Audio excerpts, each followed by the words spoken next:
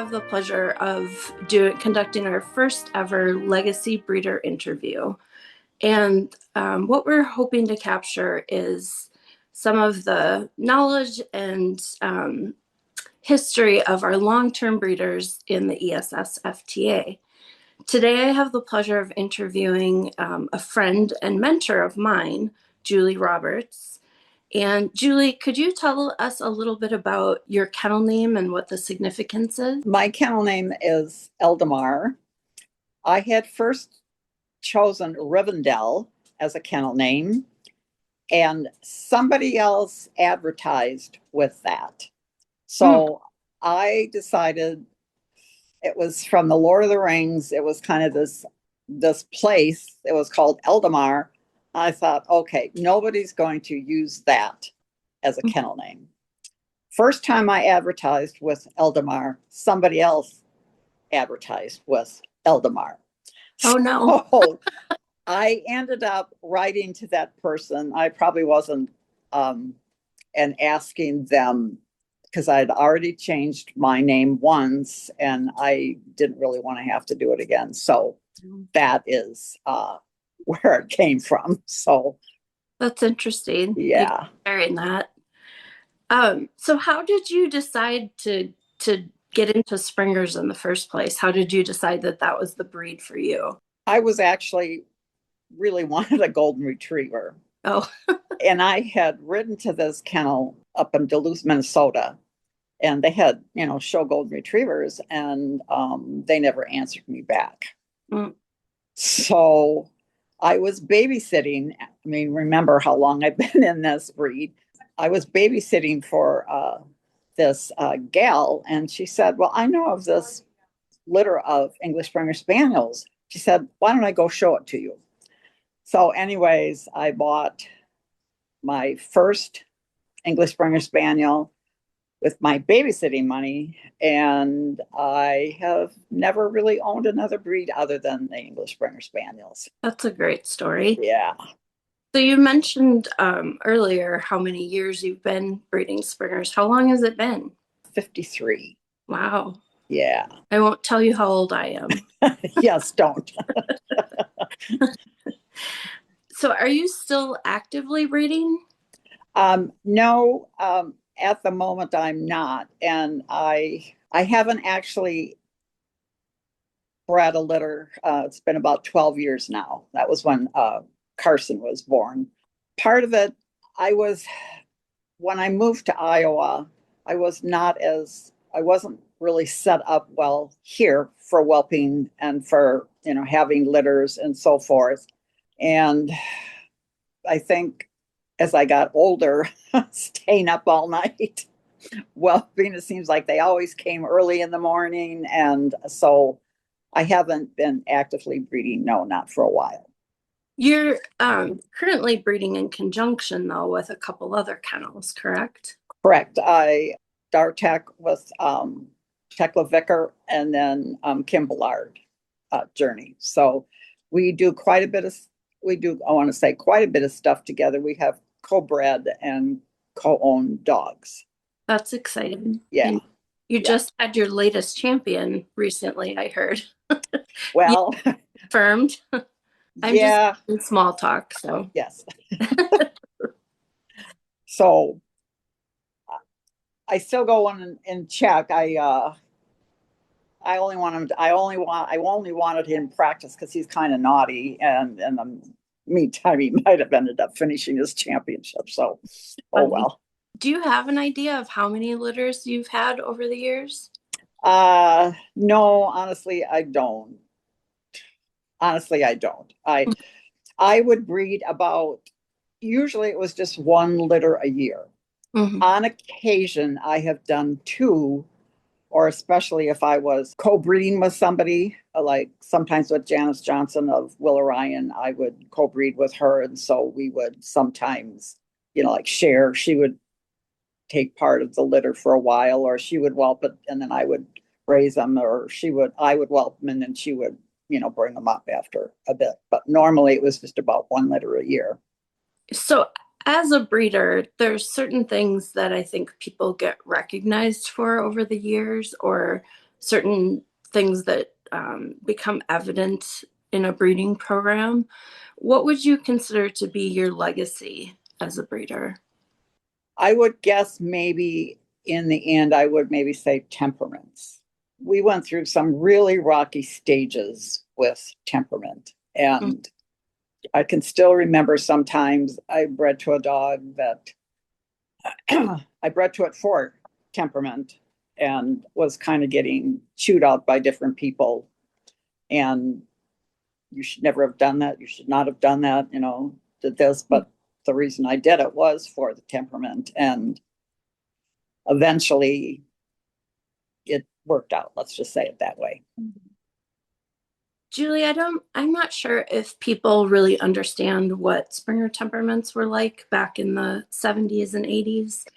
I grew up around Springers when I was a child, so I have memories of that. But how would you describe what Springer temperaments were like then versus how they are now? I remember Ann Pope did an article about Springer rage, and it's really kind of hard to explain other than a dog would or could. It was almost like his eyes would glass over, and then he could like spring at you or attack you or whatever. And you really didn't have a lot of warning in terms of that. As the temperaments progressed, I can, let me backtrack a little bit here too. I can remember being in the ring where you would have dogs erupt, at each other, or in the ring. And you could never, I was just watching the Chesapeake Bay Retriever that won the Westminster, and everybody was congratulating him and everybody was going up to him and he was just happy as a clam. And I thought at one point in time, you could not do that with Springers because you would be protecting them or would be, we would be holding them back from, all the hugs and the, things have changed and they have. And like I said, we have worked really hard at raising sound temperaments. So. And how would you describe temperaments more these days? If anything, maybe a little bit soft, but on the most part, have come so far in terms of being, happy and easygoing and, none of the stuff that we used to see way back when in the earlier days. So temperament is really a big deal. And being able to live with a dog. Yes. Yeah. So let's talk about some of your dog's achievements because you've had some really great dogs of the past, the present too. You have some very nice dogs now. But what are you the most proud of in your breeding program? What are some of the highlights that stand out to you? Well, of course, Kayla winning the 2003 National. That was a highlight for me. And under a breeder judge. Yeah. Well, and then I had Karen Miller gave me a best in sweepstakes with one of my dogs. Knowing you and knowing, talking to other people in the breed about some of your legacy, I would say that your bitches always come up, that you've had a really strong bitch line. Can you tell us a little bit about that? I started out with a bitch that was called Neogahbow's Magic Marker. I was co-owning her with Nancy Newell of Neogahbow. And at that time, two stud dogs, I'm going to name them, two stud dogs. She had a bitch called Salad and Sincerely Yours, and she was bred to Wanaco's Editor's Choice. And then she was also bred to Wanaco's Classic Replay. With Maggie, I wish I could go back, and if I knew now what I would have known, way back when. Anyways, long story short, she had gotten a mismade shot, and I had a hard time getting her pregnant after that. Nancy had decided her daughter had moved. Linda Barno was a good friend of mine, and she had moved. And anyway, she gave me a dog by the name of Champion Neogahbow's Indian Summer. Mm-hmm. I have to remember that right. She was a mother of champion Eldamar's Morning Star, and that was Star. And the other one was champion Neogahbow's Eldamar spinoff, and that was Spinner. So, And yeah. both of those dogs had nice careers as well, other than being dams, correct? Yeah, I was going to say one of them, I think it was Star, had 14 champions, and another one had 13 champions. Wow.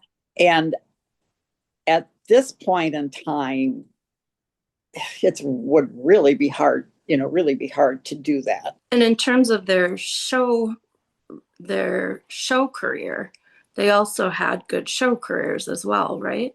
Correct.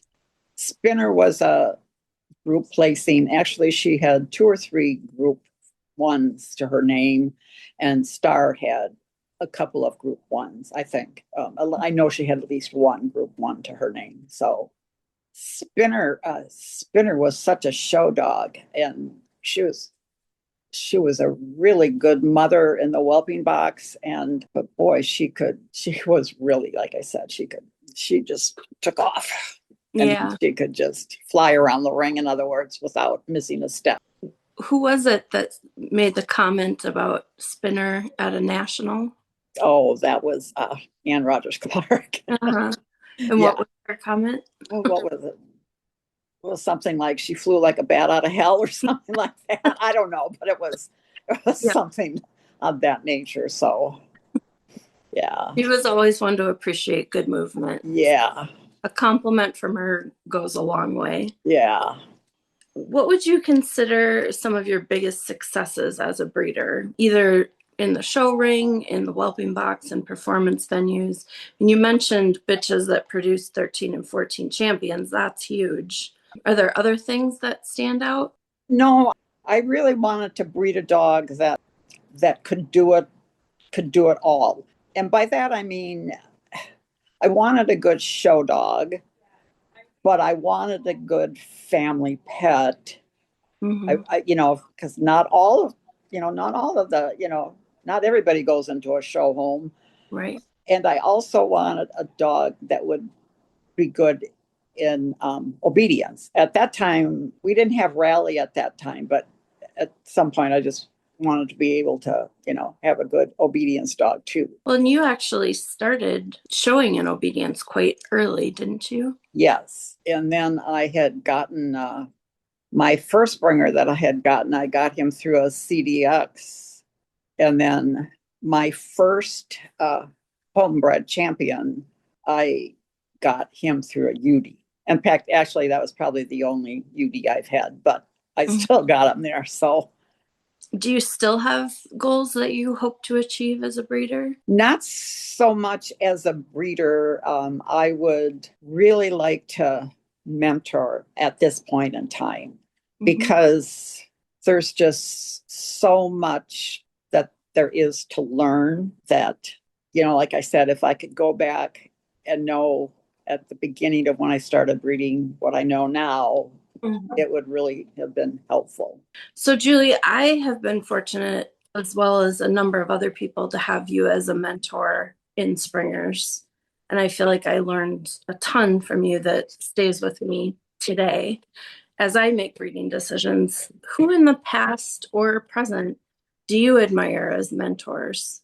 I probably would say Dolores Strenz is probably one of the ones that I would consider a mentor. She really liked, I think it was Spinner. She wanted me to breed her in a couple of different ways. And sometimes it worked, sometimes it didn't. But I would guess she had, I could remember her coming to my house. I didn't show under her at that time. She was staying with me when we were, and she was being the sweeps judge. And there were she would just tell me some stuff, and I can still remember her. And I kind of have to laugh at this. I can still remember her saying, well, a down and back tells it all. Like, of course, now I get what she means. But at the time, it was like she would just be able to point out different things. And were there other people that you considered mentors, or did you have other people helping you? I really want to say not really.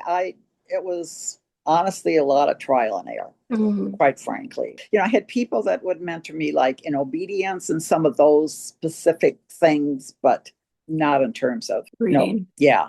So we talked a little bit about some of your early dogs. What would you consider your foundation? It would have been Neogahbow's Indian Summer. I had bred her. That's what I said, bred her in different ways. So when did you feel ready to breed your first litter, or when did you decide to take that next step? I bred my first litter in 1973, and it was not, I want to say not, I wasn't prepared for it, let's just say. And I had bred her, that was kind of when some of the temperaments were going around and stuff. And I thought, okay, maybe I'll just it was more or less kind of an outcross breeding. And she developed acute mastitis, and it turned out to be okay. A lot of the puppies went to some kids that I worked with in 4-H when I was living in Bemidji. It actually turned out to be fine, and they did great with those dogs. I mean, they just did them in different venues, and well, they loved them. So let's just put it that way. So it was stressful at first, but it turned. Oh yes, yeah. That's good. So did you continue with any of those dogs breeding program? No. So health testing has made huge advances since you started breeding. What were you able to test for when you first started? The first testing would be for hip dysplasia. And at that point in time, we only had to, they were letting you get an OFA certificate after a year. I can still remember I had gone, I had gone to Sallow and Kennels, and I had started asking.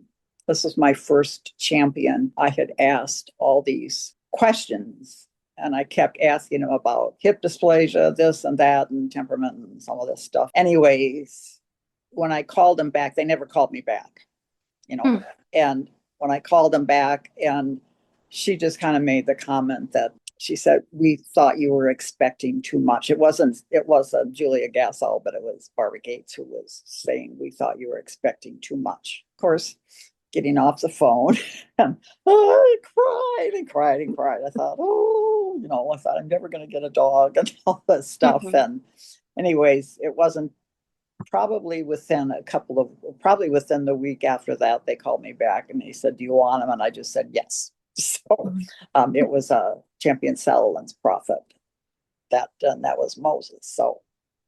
So early on, it was pretty much just hips that you were able to test. Right. And what impact has health testing had on the breed today, do you think? Oh, I think it's great. I think they've come so far. They've come so far. With the X-rays. And it wasn't for a while. Elbow dysplasia. We weren't at all looking at elbows, and eventually that became in there. Then there was the PRA testing, and that was great. I mean, up until then, we were having dogs that were going blind, and we didn't. Well, I don't want to say we really didn't know why, but anyways, I think it's just great the advances that they have made in health testing. And did health considerations impact your choices when you were selecting breeding pairs? Correct. Yes. A lot, there's people that I would say are sort of purists in that they won't breed anytime there's, a defect. Even when we went through the PRA test, there are a lot of dogs that kind of got thrown out with the bathwater. Do you have any insight on breeding through health clearances and how you've done that in your current breeding program? One of the things is that, it was like for a while, you always wanted to breed to if you had an affected dog, you wanted to breed to a clear. But then sometimes you didn't even want to breed the affected dog at all, and some of those got tossed out. The other piece of this that I'm going to mention is that I don't think this is widely redone, but cardio clearances is also something that I have seen it, and I think it's important that you do it. You just have to make sure that you get it done by Cardiologist. Yeah. Well, and even here, I had a dog that I brought down here when I came down here to Iowa. And it was a vet that I use now. He just listened to his heart and he just said to her, he said, you know that she's got a heart murmur? And I could have dropped my teeth because I had actually gone into somebody to ask for that, but I hadn't gone into a cardiologist. So, anyways, and so she never got bred either. So, do you take performance or companion considerations into your breeding decisions? yes, because you always want to have a dog that you can live with. You always want to have a dog that, hopefully is biddable, that will mind you. Some breeds are, Springers can sometimes be a little bit on the stubborn side. So, but yes, I try to, sometimes you succeed, sometimes of course you don't. And when you're breeding or planning a breeding, what are some of the primary objectives that you might have? I'm planning a breeding. Well, again, it's again, you look at health and clearances. You try to make good choices that are suitable for your bitch that you're being bred. So that's being bred. So we talked already about what Springer temperament was like when you first started in Springers. How important is temperament when you're making breeding decisions? Again, really important because you have to. You just have to, because you want to have, like I said, you want to have a dog you can live with. You want to have a dog that you can put into a pet home without having to worry about them. Do you feel that the English Springer Spaniel is a difficult dog to breed successfully? I don't think it's a hard dog to breed, but I will say you need to do your homework. I mean, you need to make sure the dogs that you have, in terms of the soundness, structure wise, health wise, you have to try to get into lines that you're familiar with. What do you think are qualities of a successful breeder? Well, here, I will say this one. I don't think a successful breeder is in the amount of champions that you produce. I think if you can get a good, sound, healthy dog, that is a successful breeder. To me, that is a successful breeder. That's a great quote. So if you knew then what you know now, would you have done anything differently while laying the foundation of your breeding program? There are lots of little things that I would have probably have done differently, but on the whole, I would say no. Typically, have you been an owner handler of your dogs? Have you hired somebody to handle your dogs? How has that worked for you? I am, for the most part, I've always been an owner handler. I think I hired somebody when I was very pregnant and I wanted to finish a bitch before I had my baby, because I knew once I had her, it would probably be a while. And then I had a knee replacement. And after that, that was in 2011, and I could still show, but I was having trouble keeping up with my dogs. And when I realized I was doing more, I don't want to say damage, if that is a word I could use, or it was not really damage, but I wasn't helping my dog because I couldn't move out as fast as I used to be able to. And so then I would usually have friends or somebody else handle them. I did hire a handler during COVID because I had a dog here that I wanted to get I wanted to try to get some more points on but that was all during COVID. So with your depth of experience in the sport, is there advice that you would offer to someone just starting in Springers, either from a breeding perspective or as an owner handler? One of the things, well, I'm going to get back to some of the stuff here. There was a puppy puzzle that came out by Pat Hastings. I just remember watching that video, and I think I think it's still out, either a book, or I know it's in a book form, and it might also be in a video form, but it is something that you can just learn from and just really watch. I mean, it kind of really helped me as I was evaluating a litter. And then there's also a book by Rachel Page Elliott called Dogsteps.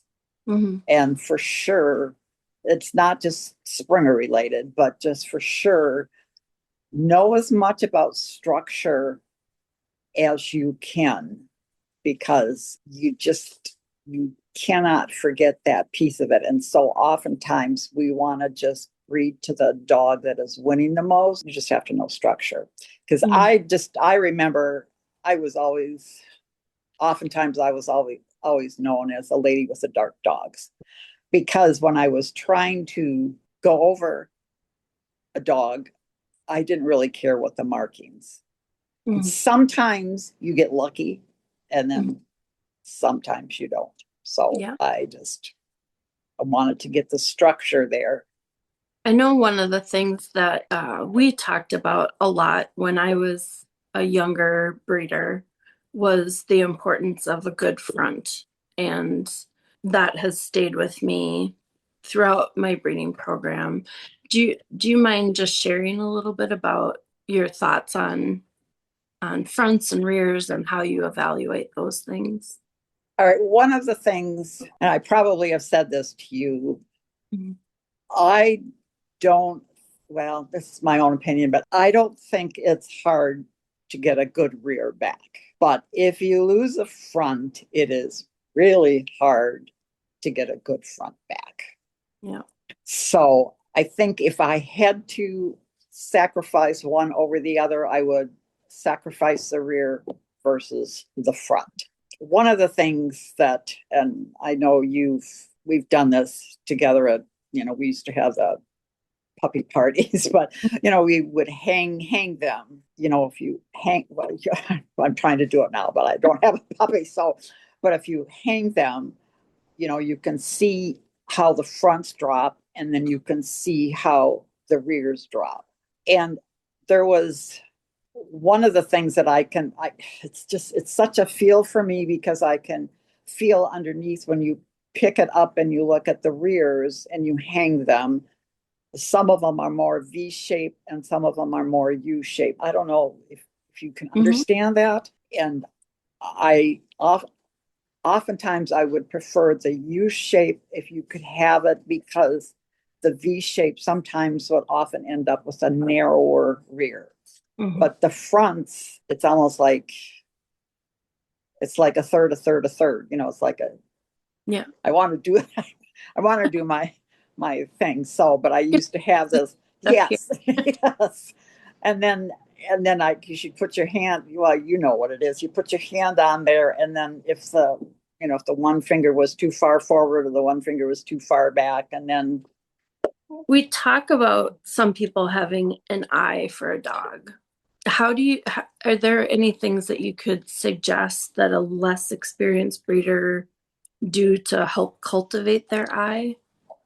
Well, there is actually a book called Eye for a Dog, and I think I have that someplace. And I would just tell you, as much as possible, is to go over different dogs, not just as many dogs as you can possibly get your hands on. Puppies, older dogs, and not even. I can remember this collie friend of ours used to go to some of the puppy parties we had, and I mean, I went over for Collie's front one time, and it was like, oh my gosh, it was like, and it wasn't a puppy, but I mean, it was just like, wow, if we could have such fronts on our dogs, that kind of a thing. So just try to get your hands on as many different breeds as you can. Go over them as much as you can, because you'll eventually get there. So That's great advice. Is there a certain age that you like to look at puppies to pick them? I generally like to do it between 7 and 8 weeks. If you do it too soon, 6 weeks, I always want to start putting them on the table and whatever, but sometimes it's too early. And then sometimes I know a lot of people like to hang on to them a little bit later than that, but I really like to get them into their new homes by the time they're around 8 to 10 weeks old, because I feel that the bonding they do in their new home is really important, because I can't give them the individual attention that they start to need once they hit that age. So as much as I'd like to think I could, it just can't happen unless you only have one fun dog in there, Right. or one litter, or one puppy. Yeah. In a puppy of 8 weeks old, let's say, what qualities are you looking for at that age? Again, you want them to be balanced. You don't want the rears to stick out way behind them. You want a good front on them. I like to run my hand down the top line too. I think you've been with us, or you've done that too, where you kind of just run your hand down the top line just to see if there's any roaches, if there's any, too much of a tail dip, so you keep looking at those areas in a puppy. So if you're grading a litter and you have 3 puppies that are similar but have slightly different faults, what are the faults that you're more willing to live with versus not willing to concede on? Well, as much as I, again, would be the fronts that I'm not, and temperament. I can remember we used to do this, that temperament testing. We've done that. And I can still remember, actually, she's probably one of my favorite dogs. And we did the temperament testing on her, and she shut down after we banged a pot or whatever you had to do. And I thought, and I stuck her up on the table again. And I thought, I think this is your, well, actually it was one of the dogs that I took. It was Phoebe. I think this is one of the best bitches that you had. Well, anyways, long story short is she had a urinary tract infection, and she was just all out of sorts. And so you just have to make sure that everything is there. And you guys, as we were doing this, I think it was Evie, right? You guys like the black and white, and I like Amy and I like the liver and white. So I thought, oh, well, we each got what we wanted. So what are your thoughts on inbreeding, outcrossing, line breeding? Is there something that you've used with any particular success? I would say the only thing that really has worked for me is line breeding. I have not really done inbreeding, although again, some of the Salolan lines are pretty inbred themselves. The outcrossing, I'm not, if you can make it work for you, it has not worked for me. So line breeding is what I would probably like to do. So, or recommend. Do you feel that there's risks of doing either of those methods of breeding? So are there risks with doing outcrossing or inbreeding, line breeding? This is my own opinion, but it seems to me, if I have ever tried to outcross, it seems like I just introduce more problems into my line. Now, it might not be the same problems, but there still comes with a risk of introducing different problems into your line. Yeah. So as much as I can, I like to do more of the line breeding. Have you utilized frozen or chilled semen for breeding? I have not. And I'm not against it. It just hasn't worked out for me. What about multi-sired litters? Have you ever tried that? No, I have not. So repeat breedings. There are some people that believe that you never get as good of quality from a repeat breeding the second time as you do the first time. What's your opinion of repeats? I sometimes I want to say, if it works, I'm not against a repeat breeding, and I have done a repeat breeding. So every dog is going to be a little bit different. Every puppy is going to be a little bit different. So you keep what you think is the best at the time. And sometimes, like I said, sometimes it works, sometimes it doesn't. So Looking at sires and dams, are there certain qualities that you look for in a stud dog or a brood bitch? I will address the brood bitch for right now. One of the things, I found was a good brood bitch is that she doesn't have trouble getting pregnant. I know that maybe seems a little weird, but and B, she's an easy whelper. And by that I mean she doesn't have difficulty giving birth, because sometimes they just stop, or they freeze, or you need to have a C-section. So as far as a stud dog goes, I haven't had to deal with that very much in terms of a stud dog. But here's the one thing that we've talked a little bit about, because my line is maybe a little bit known more for their bitches. Part of the frustration I had at the beginning is there are a lot of people that wanted me to breed my bitches to their stud dog. And so they would oftentimes tell me what I wanted to hear.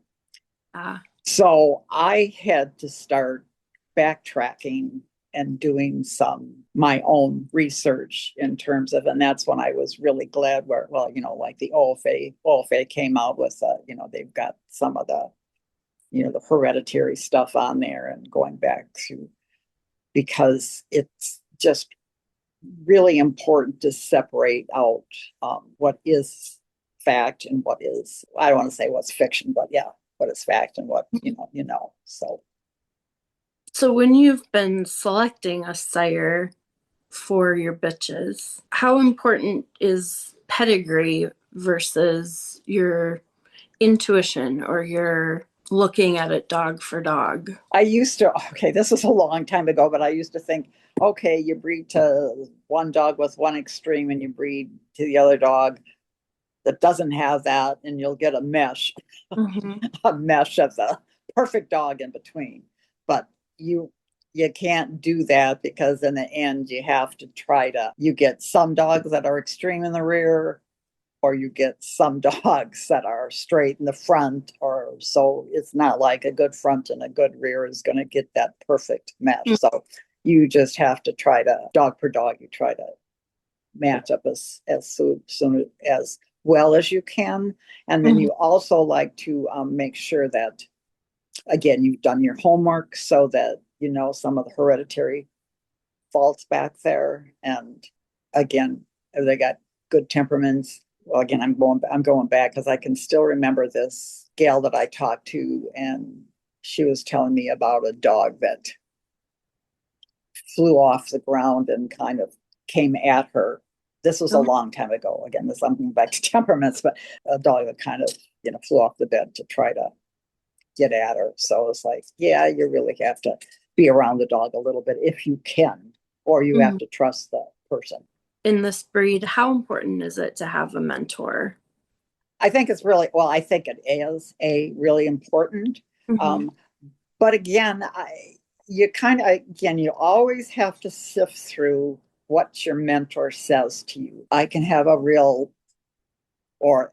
mentor can have a real bias against a bad bite, or against a bad rear, or against so again, you have to, you just get your hands on as many dogs as you can and know what you're getting into. Have you personally mentored newcomers to the breed or into breeding? Yes. Yes, I am. Is there someone that do you want someone to continue your lines, or do you have a protege? I was going to say, no, not really. But, like I said, Tekla and Tekla Vicker and Kim Ballard, and even Demery were all, at some point in time, we are all kind of working together in terms of, they ask for my advice. Sometimes I tell them, but I'm not going to say, yay or nay in terms of what you can do, but it's just. So how do you feel the breed has evolved since you first started? I think the breed has come a long way in terms of where we at right now. I think in terms of with some of the health testing that is being done. Have you seen changes in structure, health, or temperament over the years? Are there specifics that you can think of? No, I mean, we've already talked about quite a lot about this too. Mhm. One of the things this is maybe not a question, but I'm going to say it anyways here as we're talking about all of this is when you think about a breeding, I would always question whether or not something is going to be passed on a generation from now, or maybe skip a generation or a couple generations from now. If you've got a dog with a bad bite, are you going to see that? Are you going to try to fix the teeth? Are you going to do banding? You do any of that stuff, you're probably going to end up with maybe not first generation, but next generation or couple generations. I mean, again, it's like allergies. You to a dog, you know, how much of that stuff do you want to have passed on in future generations? So yeah, try to start out with the best stock that you can. Maybe that's what I want to say. If you were to give a new breeder advice or a few words of advice, what would be the most important thing, or what would you try to impart on them? Again, just know your dogs. I mean, just get your hands out as many dogs, and sit ringside. Sometimes you sit ringside with somebody that can help you, so that you can where you can learn, where you can help to learn. And again, go over as many dogs as you can. Structure, structure, structure. Yeah. Yeah. Well, that is the end of the questions that I have for you. Is there anything that I didn't ask that you would like to add? No, just a little bit about the end. Just a little bit about the end. I mean, you just have to think, if you are a newcomer into this breed, if you're younger and you want to start breeding this, just think about what's going to happen generations from now. You have to think of that, because otherwise. Well, I want to thank Julie for her time. I hope that we'll be doing many more of these interviews down the road and try to capture more information and advice from people who have been breeding for a long time. Thank you so much, and we look forward to hearing lots more from you in the future. All right, thank you.